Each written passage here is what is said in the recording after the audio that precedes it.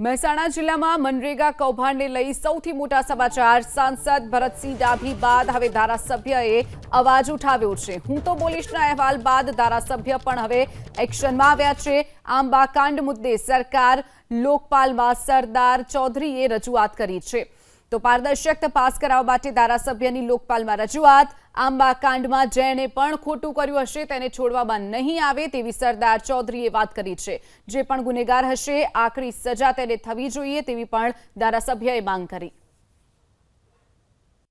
મહેસાણા જિલ્લાના ખેરાલુ તાલુકાની અંદર મનરેગા કૌભાંડ થયાના આક્ષેપો થયા છે।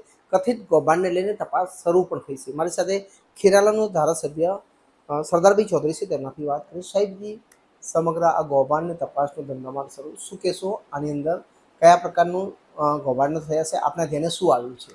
કેટલીક વખત મને ધ્યાન પર આવ્યું છે અને ખોટું કામ થયું છે તો અધિકારીઓને અહીંથી બદલી કરી અને દૂર પણ કર્યા છે।